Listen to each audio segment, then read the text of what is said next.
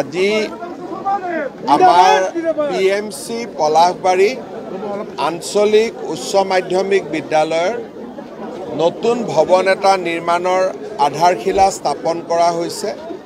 ৰাজ্যত ৫-৬খন উচ্চ আৰু উচ্চতৰ মাধ্যমিক বিদ্যালয়ত ৭ৰ পৰা ১০ কোটি টকা ব্যয় কৰি নতুনকৈ নিৰ্মাণ কৰাৰ এক বিশাল কৰ্মযজ্ঞ আৰম্ভ হৈছে।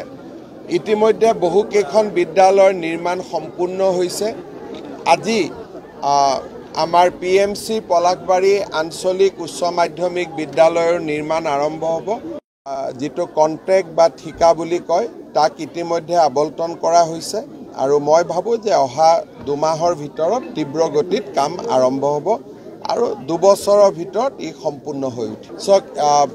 এইটো ৰিং ৰোডটো হৈ যোৱাৰ পিছত এয়াৰপৰ্টলৈকেও ৰিং ৰোডলৈকে এটা এলিভেটেড কৰিডৰ হ'ব। যেনেকে নাৰেংগী কুৰুৱাৰ দলং ইয়াৰ লগত সন্নিবিষ্ট হৈ আছে। ইয়াৰ পিছত নগাঁও, মৰিগাঁও আৰু দৰঙৰো দলং হ'ব। আগলৈকে গৈ মাজুলী কমলাবাৰীৰ দলং। অৰ্থাৎ অসমৰ প্ৰত্যেকখন জিলাতেই একোখনকৈ ব্ৰহ্মপুত্ৰৰ দলং আমি পাই যাম আৰু ৰিং ৰোড প্ৰকল্পই এটা ডাঙৰ পৰিৱৰ্তন কৰিব। মই ভাবোঁ যে দক্ষিণ পূব এছিয়াৰ দুৱাৰমুখ হিচাপে এটা নতুন পৰিচয় গুৱাহাটীয়ে লাভ কৰিব।